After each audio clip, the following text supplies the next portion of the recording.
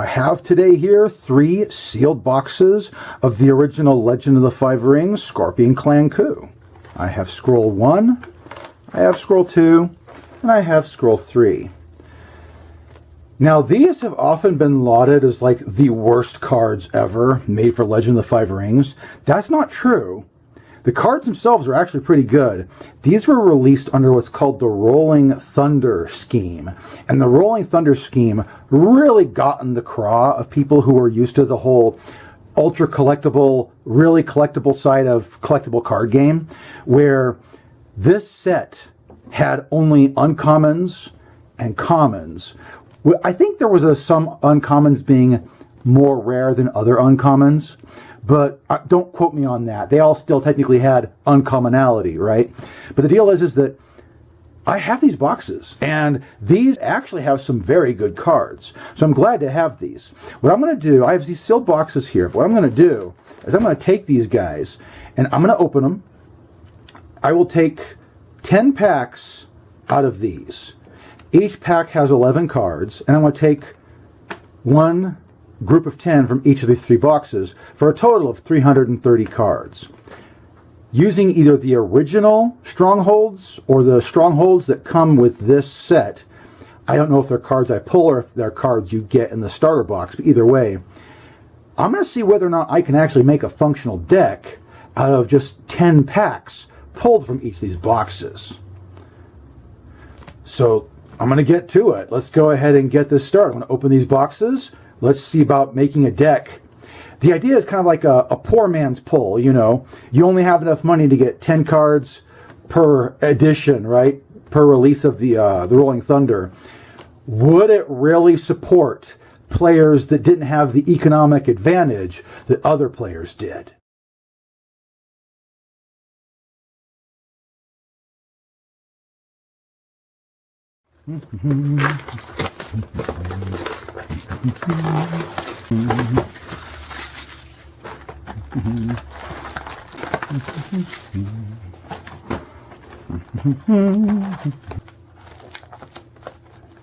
He's a bit tough, isn't he?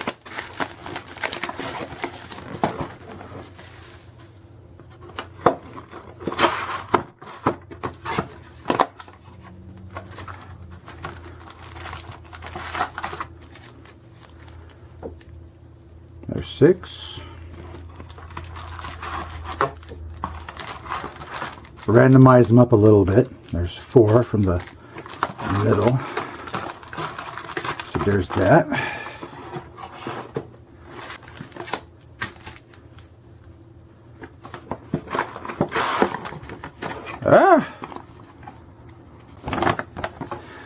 You get an art poster. That's nice. I wonder if there was something like that in the other one. 6, 7, 8, 9, 10. And then no poster here.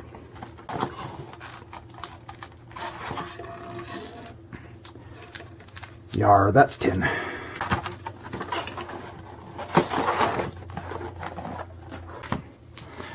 One, 2, and 3. There we go. First pack. First pack from first scroll. Political distraction. Actually a very good card.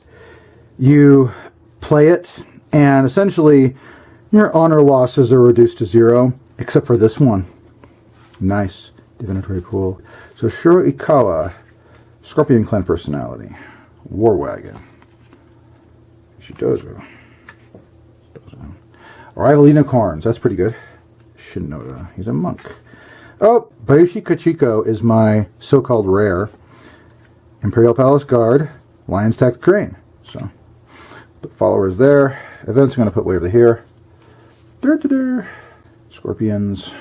Unaligned personalities. I'll put clans that aren't lion or scorpion here.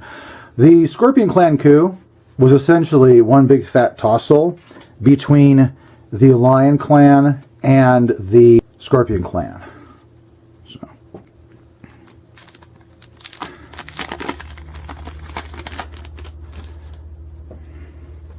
Secret Entrance, okay card.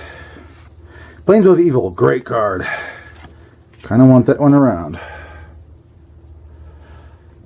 War Wagon again. Okay. Doka. I have Unicorns. Shioda again. Unclean cut. Bushidozan again. Hante the 38th. I assume he's my rare. He's an unaligned personality. Through the waterways. Southpaw of Odasan Uchi. If you have a certain strategy of collecting all the walls, you can win. It's nice.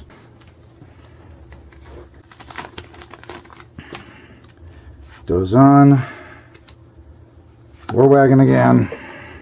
Shioda. Arrival of Unicorns. Divinatory Pool. Gee, it's like I've pulled these before. I think that yeah. There's Kachiko again. Wait, what do I have here? Yeah, these two Budozans need to go over here. Lions attack the crane again. Haruma's last breath is pretty good. It's the ambush card in the form of a spell, and it works against Shadowlands creatures. I'll put spells here because spells are different.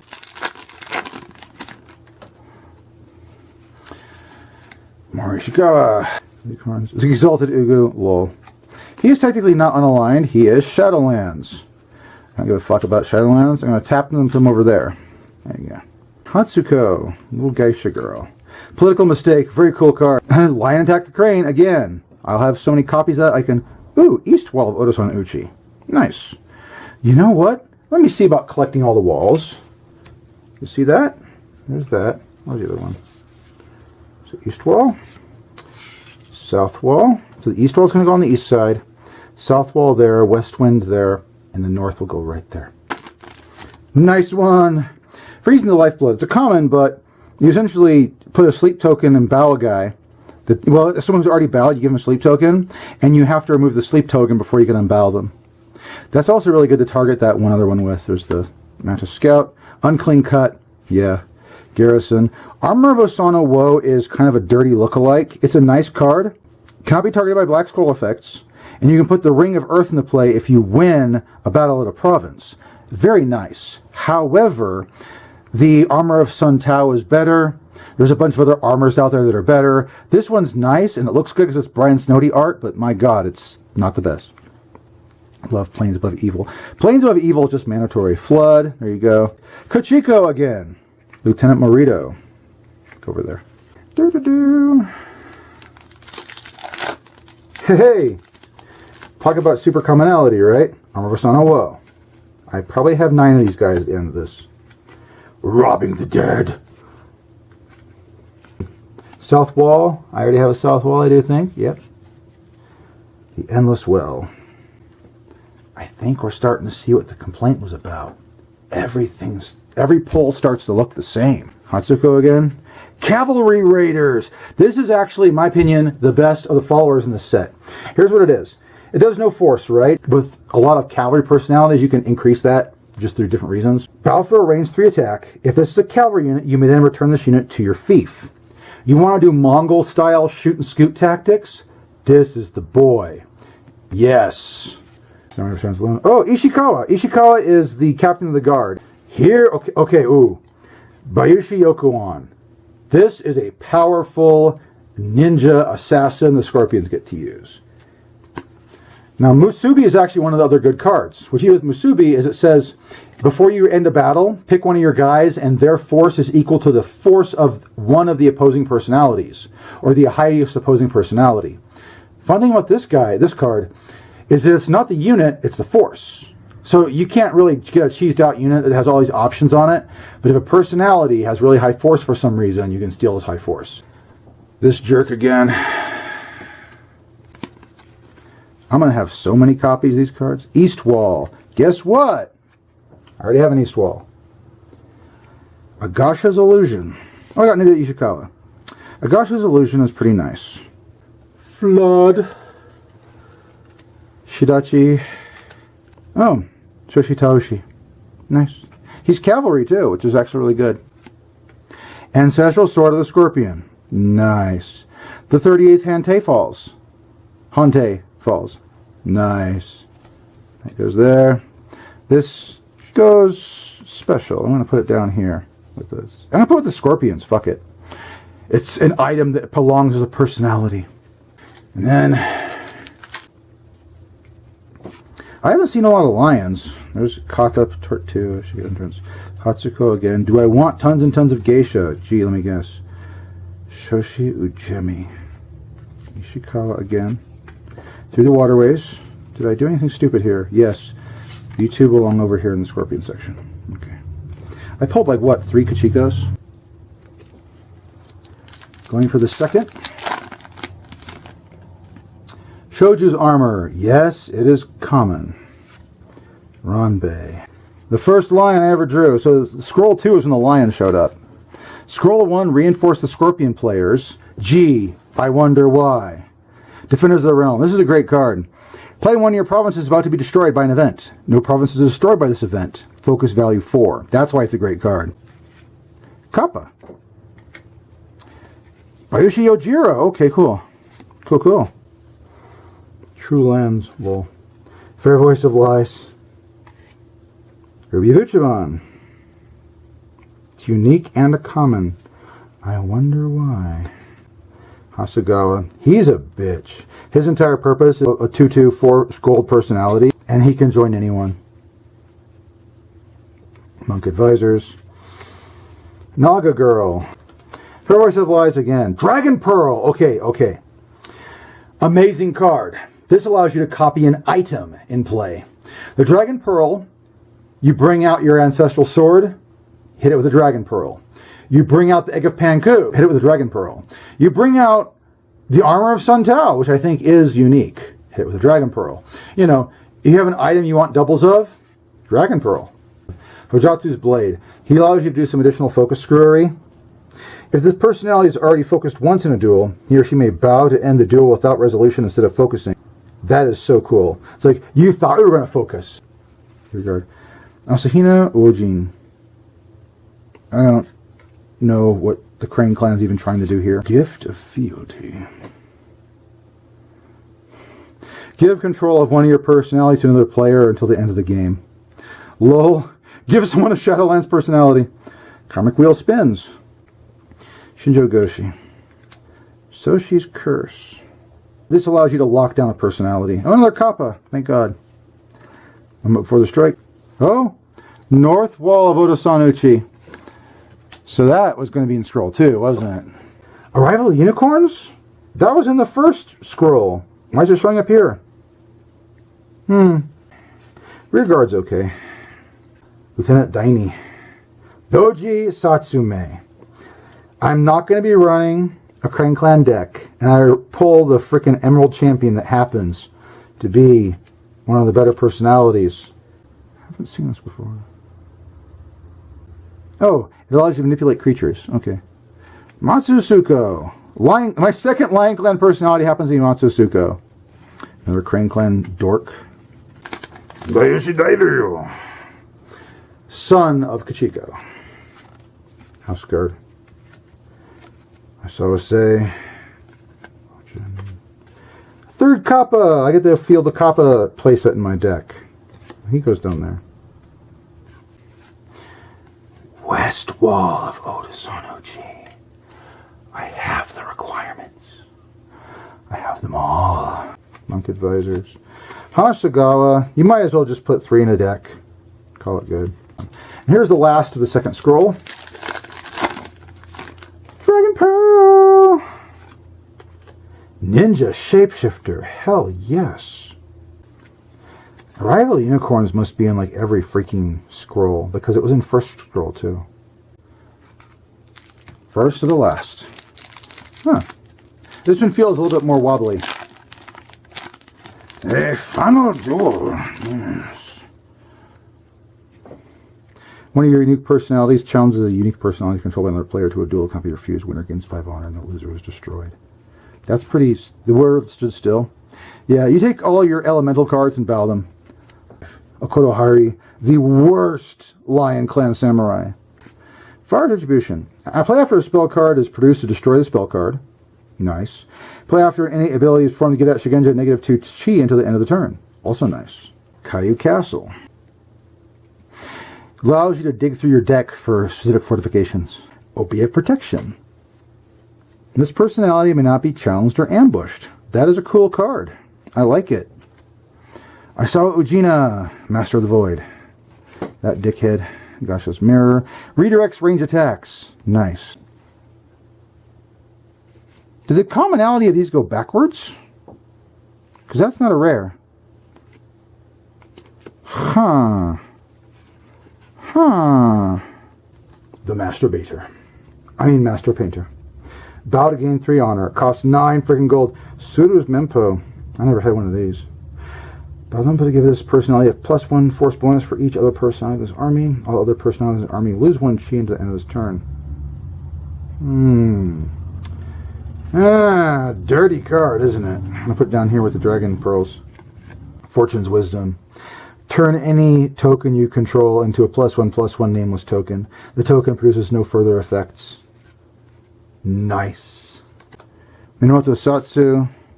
The People's Champion. When someone's about to win the game by honor, you challenge someone to a duel. If you win, their honor is reset to 39. Love it. Kotohari again.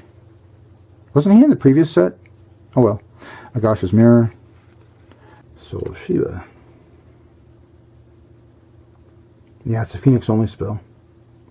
You shuffle dead guys back into your deck instead of having them die. Suru's Mempo. Fog of War. Lion Clan guy. Mirror Image. Great spell. You make a copy of the personalities. The copy is not a card. It has no effect other than that. If a target personality that has the copy is killed, you draw and discard a fate card. If it's an odd focus value, the copy of the personality is destroyed instead, and the original is just returned to your fief bowed. That is freaking great. Quarry. Here's banking of the card. Bow to produce up to 5 gold. Place a number of tokens on the quarry equal to the amount of gold produced. The quarry may straighten while it has tokens, but instead removes 1 token. Any opponent may straighten the quarry to produce gold equal to the number of tokens on the quarry, but all the tokens are destroyed. That's actually a really good card. By the way, I've noticed I've not been pulling any like gold producing holdings really well in this set, so it would be reliant on having the starter deck to finish the deck. Nui-chan, the Courage of Asano. All force and chi bonuses and penalties created by tokens are doubled. Nice. Another lion. That's the funny thing about this set. A lot of the cards were very unimpressive when you started to see them over and over again. But they did have a nice spot in the actual overall lieu of the game. For example, we saw a lot of personalities that are just 2 force, 2 chi, costs 4 gold. Now this guy, Tsunabe, is not 4 gold, but there's that Hasegawa guy. I've never actually seen this card before. Asahina's Breath. It's a crane only spell, I don't care. Final Duel. Goddamn Shadowlands. Heartbeat Drummers. Bayushi's Labyrinth. Nice. Temples of Shinsei. No unit containing Oni, skeletons, zombies, undead cards, or Shadowlands cards which have been returned to play by a spell may be assigned or moved to attack this province. Great card. Hida Kasada. Oh boy. Strong Spirits. Last pack.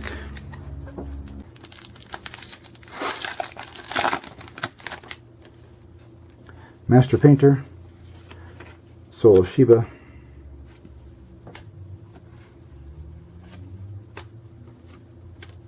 Fire's Retribution. Whispers of the Land. Tell the Tale. Go. All right.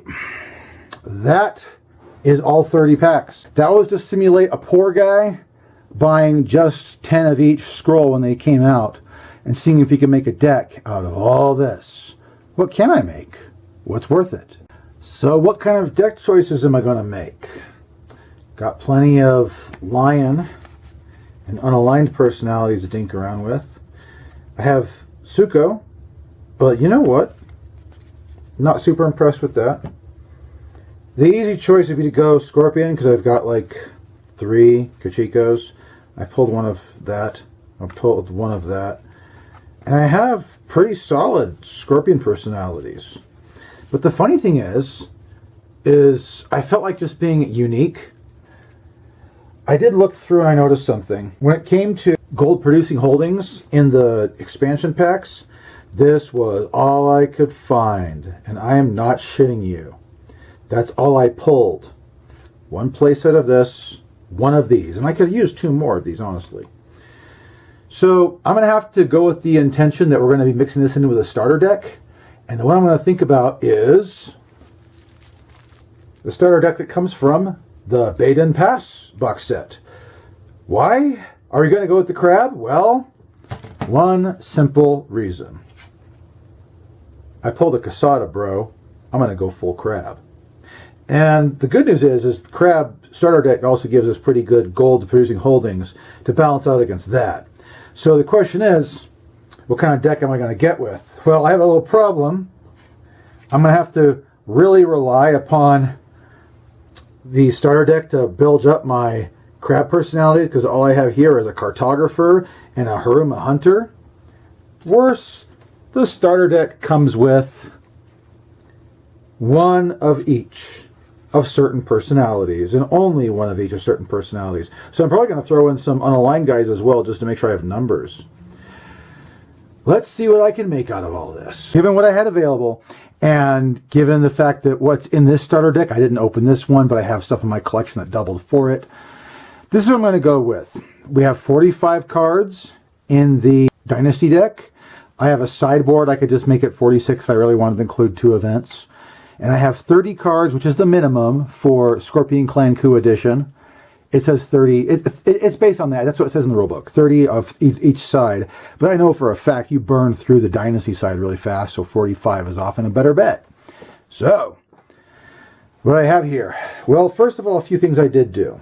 Out of the starter deck, I decided not to take Yasuki no Katsu, no shit, and the experienced Casada. Now that's a questionable choice, but the reason I didn't do that is because I have the inexperienced here that is 3 gold cheaper, and even though his special ability is okay, you don't really kind of want to bow him anyway. He's there to stay in the fight. He has 2 less honor requirement, and all in all, I mean, this guy, I have this guy with this hypothetical collection of a new poor guy starting out in the game. I have a Casada Awesome version, but I can play with him and see if I really need that anti-magic constant that Hida Casada is kicking around with. Because the real killers in Legend of the Five Rings is maneuverability, range attacks, and political BS. Honor will kill you in this game. Now, pointing out that when it comes to the Dynasty deck, of course, this is from my polls, and these are from my polls. I used the event Fair Voice of Lies because killing all the political types with one event is just as good as an event that kills all the Shadowlands guys. So I went with that. 2 Planes Above Evil to give my guys bonuses. Plane of Fast Troubles for that quick shot if I need it.